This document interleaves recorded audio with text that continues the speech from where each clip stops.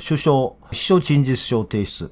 様々な質問に答弁してきたが、秘書からの伝え聞きになる。そんなことを私はしてる時間もないって急に被害者ぶってるんです。自分やんか。秘書とそいつの面識がないと言い出したら、文春から面識があるって証拠出されて、自分が国会でごっついこと言うてるから、それがどんどん虚偽答弁になってきてるってだけの話やんか。で、この光景どっかで見たことあるでしょ。で、過去のパターンで言うと、病気しはります。何なんでしょうね。どういうことなんでしょうと言うとって言ったと何なんでしょうね言うのもおかしいですけども。要はね、イングリモングリのシーズンなんでしょうな。大きなニュースがないんです。大きなニュースがないので、まあ大きなニュースといえば、まあ読売新聞が一面の型に持ってきてますけれども、これぐらいですかね。まず国際ニュースで大きなニュースというと、スターマー、イギリスのスターマー総理大臣が、首相が退陣を表明しました。労働党の中でですね、まあ、地方選挙の敗退とか、党内の議論がありまして、総裁にふさわしくないということで、バーナムという次のやつに、スターマーが前上するという形になります。まあ、こんなこと言うとなんか、後出しじゃんけんみたいですけど、陰血ついてるんですよね。多分ね、俺ね、スターマーね、やってられへんようだと思ったと思いますよ。てか、無理よ。G7 です。日本の首相がやってきました。自分労働党の党首ですって言って。日本の総理大臣女性でした。私は鉄の女サッチャーを尊敬してますってずっとサッチャーの話すんねんで。俺やったら殴るわ。労働党の、ましてや労働党ですよ。スターマーは。まあもう極端な事例かもわからんけど、あと10年、15年経って、日本の内閣総理大臣が石垣のり子になったっていうことが将来もし来たとせえさ。で、そこへさ、イギリスの総理大臣が来てさ、首脳会談や、言うたとき、私、安倍晋三さんのこと尊敬してるんです、言うてなもんやで。いや、ちょっと座れ、いう話になるでしょ。もうちょっとそこ正座せえ、いう話になるでしょ。いや、そういうことをされて、もう、これ陰血回ってきたなと思ったと思うで。いや、そういうことですよ。俺もこんな陰血を付き合わなあかんねやったら俺も無理やわと、俺やったと思うわ。まあ、ということです。まあ、そんなんどうでもいいんですが。はい。あと、日経新聞の国際面言っておきましょう。日経新聞の国際面。どうでもいいんですよ。日経新聞、それ忘れてた。すごいことを書いてるんですけどね。日経新聞、一面の日経新聞の天聖人語なんですが、もうね、しれっとすごいことを書いてるんです。トランプ審判の主要国はもう日本の政権ぐらいで立ち位置が難しくなったっていうことで、もう前から言うてるみたいに日経新聞は上から下から右から左からもうみんな高い位置やめろの大合唱です。ありとあらゆる行間を見つけて高い位置やめてくれって日経新聞は叫び続けています。今日はついに、春秋までそんなことを言い出したということですね。はい。で、まあ、国際面で、まあ、読売の一面のここに、今ちょっと戻りますけれども、読売の一面のもう一つここ、アメリカとイランの、交渉の工程表が合意されて、核査察受けようとか、うんぬんかんぬんの話があるんですけども、まあ、イランがホルムズ海峡を封鎖したということの影響力の大きさにビビったイスラエルが何をしてるかというと、まあ、これは前からそうだったんですが、今に始まったことではないんですけども、ちょっとごめん、読売新聞やったと、日経新聞やと思ったんですが、イスラエルがソマリランドと接近しています。あれ、どこ行ってもうた？なんでないんや。斜めのはずやねんけどな。メモ間違えたのかな。ソマリランドに接近しています。ソマリランドではどこか言うとなんですね。ここです。地図帳でお見せしましょう。ソマリアのこっから分離独立を宣言したソマリランドっていう、まあ、外交関係がほぼない国があって、国家承認してる国が少ない、ここにソマリランドっていう国があるんですけど、こことイスラエルが、国家承認してソマリランドに接近してます。で、このソマリランドになぜイスラエルが接近してるかって言ったら、これ向かい側がイエメンなんですね。で、イエメンをバックアップしてるのがイランなんですよ。で、イランがイエメンのフーシ派をバックアップしてるから、ここがホルムズ海峡ですね。ここら辺がホルムズ海峡ですけど、こっち側、スエズ運河を抜けてきた紅海の、ここのマンダブ海峡を封鎖す、イエメンがした時に軍事攻撃しやすいようにということで、ここのソマリランドにイスラエルの軍事基地を置きたいということで急接近してます。で、結局はどういうことかというと、これこそ日経新聞ですが、日経新聞の国際面2面で、トランプが芋引いたということが、結果中東の不安定化に、手を貸してしまったと。トランプが日経新聞詳しく書いてるんですけども、イランとの戦争を今になって悔やんでる言うんですね。その通りです。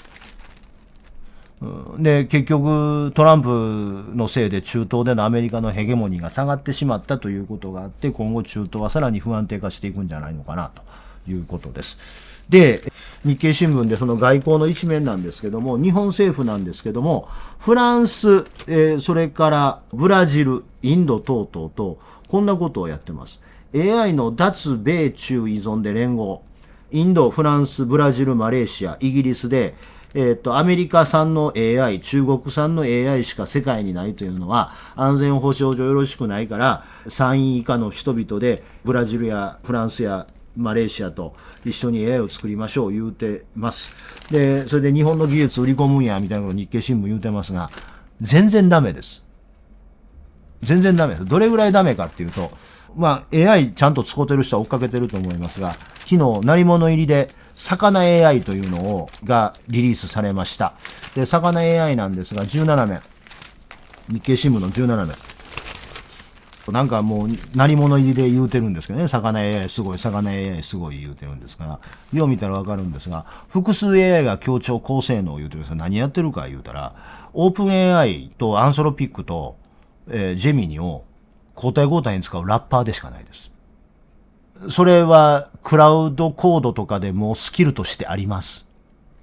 で、あと、言うときな、この魚 AI って何者入りで出てきてるんですけど、もう一つね、こっちのね、プラモっていう違う会社が出した日本製の AI は、これはね、注目です。エンジンそのものは、確かにオープン AI そのもので GPT5.4 相当なんですが、AI っていうのは後ろで一回、言語翻訳をして英語に変えてトークン消費してるんで、日本語でそのまま処理できるという意味で独自技術で、これはトークン節約という意味では意味があるかなと思うんですが、どっちにしてもあんまり、という感じですね。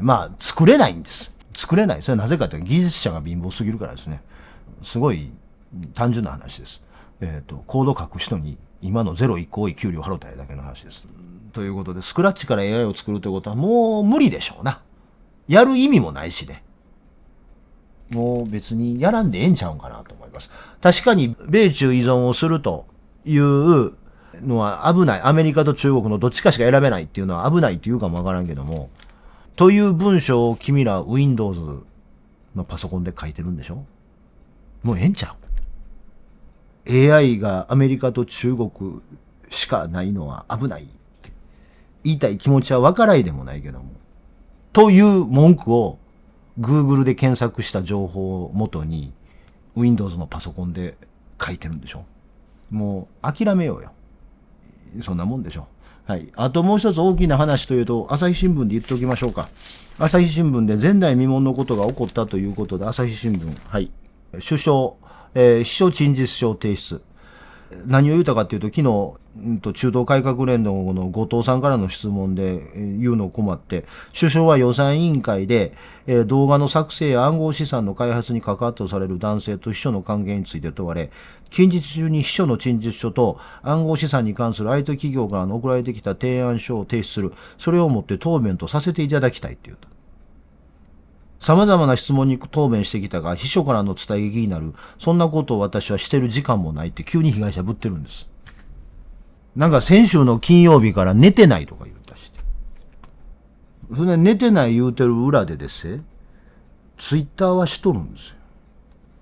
寝てないらしいんですよ。自分やんか。秘書と関係ないって、秘書とそいつの面識がないと言い出したら、文春から面識があるって証拠出されて、自分が国会でごっついこと言うてるから、それがどんどん虚偽答弁になってきてるってだけの話やんか。で、この光景どっかで見たことあるでしょ。15分動画で異例中の異例ですが、昔の僕の動画を見ていただきましょう。基本一緒なんです。高市早苗の失敗って。パターン化してるの。強い言葉で言い切る。整合性が取れなくなる。説明がめんどくさくなるから逃げる。ポッと出てきて被害者ムーブをする。みんなから愛想つかされる。これをぐるぐる回る。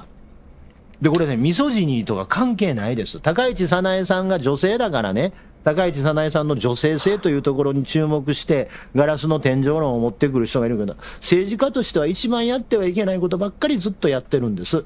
一番近しい事例ではね、小西博之議員が頑張られた臨時国会であった放送法の件ね、圧力の件ね、あれの審議もこのパターンですよ。強い言葉で言い切る。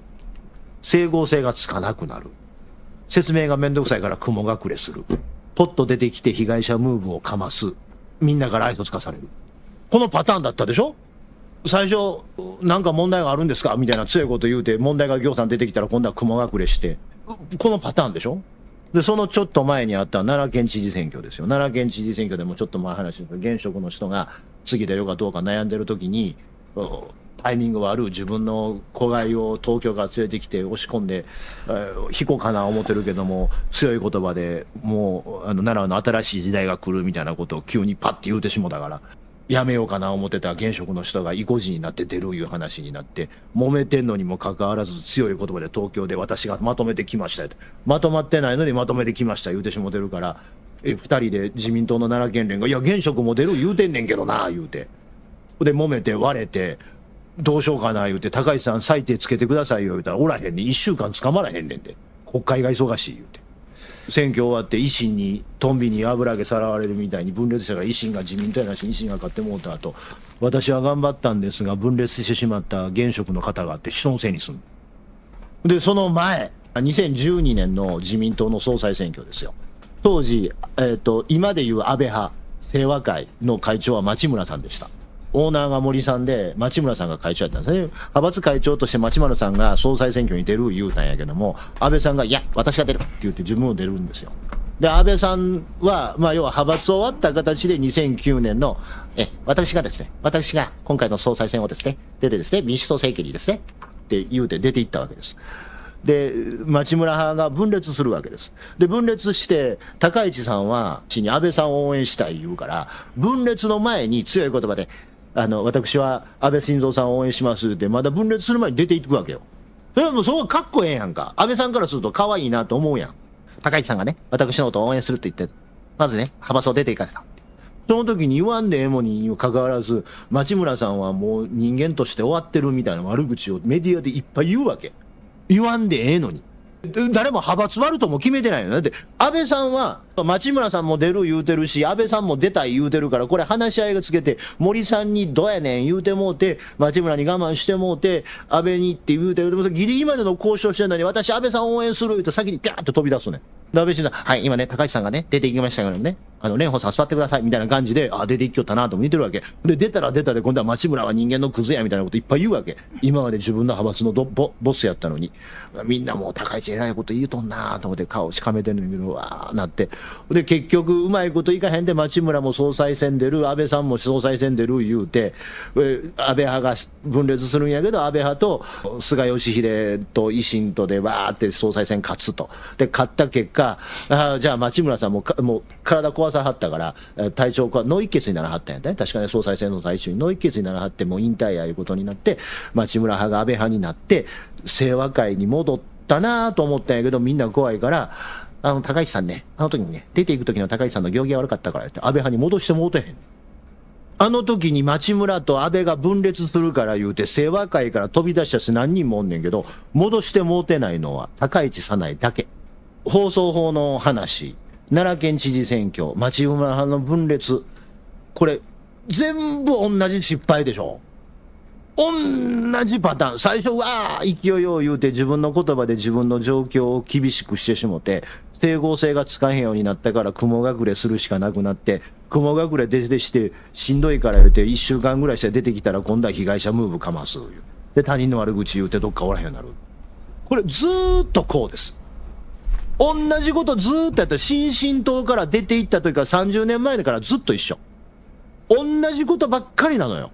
だから俺はこの高市早苗を知っているから、高市早苗こそ自由民主党の総裁にふさわしいと言い続けていたんです。絶対崩壊すんねんもん。一緒。今回の松井うんぬんかんぬんの国会答弁の処理の仕方も、これと全く同じでしょ。これ最後、さっきの TikTok で流れた切り抜き動画、最後僕が、だから自民党の総裁に高市早苗がなるべきだって、これ総裁選挙の前に俺この動画作ってるんです。去年の10月のタイミングでこれ喋ってるんです。異性のええことを急に言い出す。で、異性のええこと言うてるから整合性使えへんようになったから雲隠れする。おらへんようになったなと思ったら出てきたら、被害者ムーブをかます。ずっとこのパターン。今回も、うちの秘書と松井とかいう男との面識ありませんって言い切ってしもてて、言い切ってしもてるから、文春から、いや、面識あんねんけどって出てきて。で、次から次へと面識がある証拠出てきたら、今度は、外遊行ってその話から逃げてて帰ってきたら、もう答弁できませんから、陳述書に変えてくださいって、被害者ムーブですよ。一緒なんです。で、過去のパターンで言うと、病気しはります。持病の仮病が悪化して、入院しはります。持病の仮病そろそろ悪化すると思います。持病の仮病がしんどなってくる頃でしょうな。はい。いうことです。いや別にその文章なんか書かんでええんですよ。木下秘書、参考人招致したいだけの話で。いや、総理が喋る時間がないんでしょ秘書、わざわざ。別に総理が聞いてもらうんでもええですよ。参考人招致するだけの話です、秘書。読んで直接聞くよ、こっち。新幹線代国会で持つよ。なんやったらホテル代も出るよ、参考人招致の時は。総理寝ててええよ、その間。ただそれだけのことです。ほんで、木下秘書がなんか文春の記者がインタビューしちゃったら、はったうそおら言うとったけど、それ国会言うでへんよ。同じこと言えるかどうかやってみたんやね。まさかね、文春の記者に言えたことを国会議員で言われへんってことないでしょ。そんなね、高市早苗大先生の秘書をやっておられるような方がね、人を見て態度を変えるということはないと思いますよ。なので、文春の記者に対して、はったうすぞこらって言うてたんやから、多分国会でも、もうね、日記中道改革連合や立憲民主党の政治家を見たりしたら、はったうすぞこらって言うんでしょうから。それ見てもらいましょうよ。まさかそんな高市早苗大先生の秘書をやっておられるような方がね、人を見て態度を変えるなんてことはなさらないと思いますから。ね。文春の記者と応じたように国会でもやらはるんでしょうから。お強いお方なんでしょうよ。偉いお方、お強いお方なんですから、高いとこの平たいとこ出てきてくれはったらよろしいだけの話です。まあ、しかしね。元彦にしても高市早苗にしても田舎の弱者ってのはなんでこうなんでしょうね。きっとあのパターンで高市早苗は沈んでいきます。最後に高市さんのこの姿を見ていただきましょう。この間の G7 の終わった後なんですけど、すごいっすよこれ。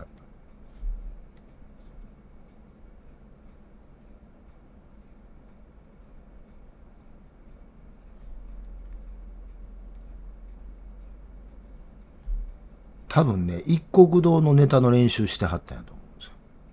多分ね、芸道邁進されてるんで、一国堂のネタの一人で、あれ声が遅れて聞こえてくるよの練習をしてはったんやと思います。そうだと思いたいです。そうであってください。もうそうあってください。そこはもう懐かしいところで言うと川上昇の関西ですからね、川上昇の弟子やったみたいな。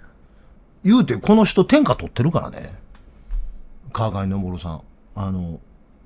とんでもない冠番組の数やったんですよ、一時期。昭和40年代とか。川上さん。よう似てんねん。よう似てんねんと、ほんまに。もうね、もうみんなもうラッパ貴様るになりますよ、もう。こんなん連れてやっとりまんねん。往生しますせって、ほんまに、ほな、さいなら言わなあかんやつ。ほんまこんなん連れてやっとりまんねんやで。